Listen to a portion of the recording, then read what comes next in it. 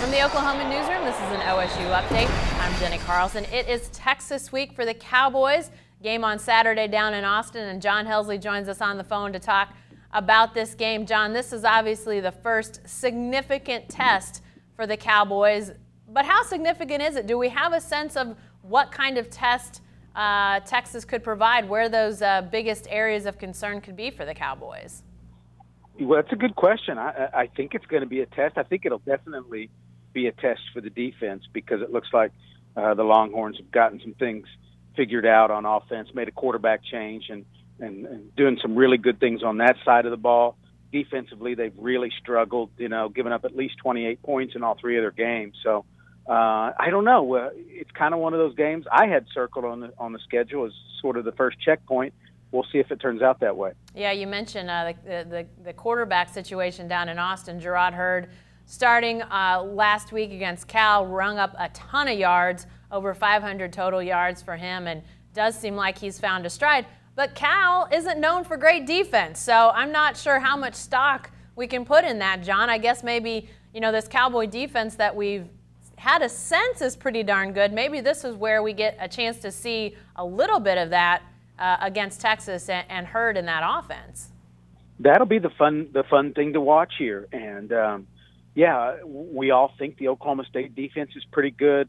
The depth is better than ever. They really fly around a lot on that side of the ball. You've got Jimmy Bean and Emmanuel Ogba doing great things at defensive end, secondary. I mean, we all believe in the defense, and it'll be interesting to see with a quarterback that can run and pass and a guy who's having some success, really kind of get a real gauge on where they are. John, it's interesting that these two teams are matching up on the gridiron this week because it's sort of been an OSU versus Texas situation in the courts, a case that keeps popping up from time to time as OSU tries to recover some salary, a fairly significant amount of salary from former offensive line coach Joe Wickline. It pops up just last week, John, as OSU says they want some more information about the situation going on down in Austin. Does this add anything to the game, or is it just outside fodder amongst media and maybe some fans? I think it's mostly outside fodder. I mean, I think for Joe Wickline, I'm sure there's some different feelings that are going to be going on, during the week and on Saturday. Mike Holder, although he's not really going to influence OSU's game plan, I'm sure he's going to be thinking about it a little bit.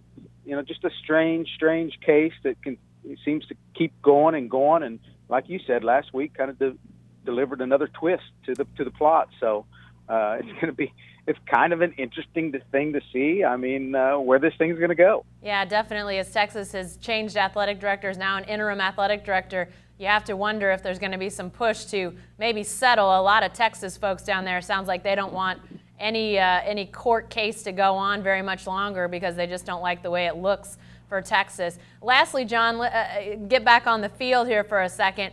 The Cowboys having not played a great non-conference schedule. Were not ranked in the preseason. Now they've climbed a little bit in the polls. But is this a chance maybe for Oklahoma State to sort of stand up and say, hey, we're here, pay attention to us, we're for real? You look around the Big 12, it's not really, a wash in great games, a few teams off this week even. Could this be a chance for OSU to maybe garner some attention by what they do down in Austin? Yeah, it's sort of a double-edged situation. Like you say, one, they weren't on the real national radar entering the season. They've kind of inched in there now. Yeah, it is an opportunity to further that cause. And the flip side of that is if they go down there and lose, it probably bounces them out of the top 25. And it might be hard for them to get back in for a little while because the schedule gets a little soft for them. And, you don't want to become an afterthought with the voters, and so far it's been a very volatile season anyway. So, yeah, good chance to really make a statement, go down there, play well, get a win, and improve your stat. Yeah, we'll see what happens. That's a Saturday 2:30 kick down in Austin. Be sure to stay with the best coverage team anywhere at newsok.com and every day in the Oklahoman.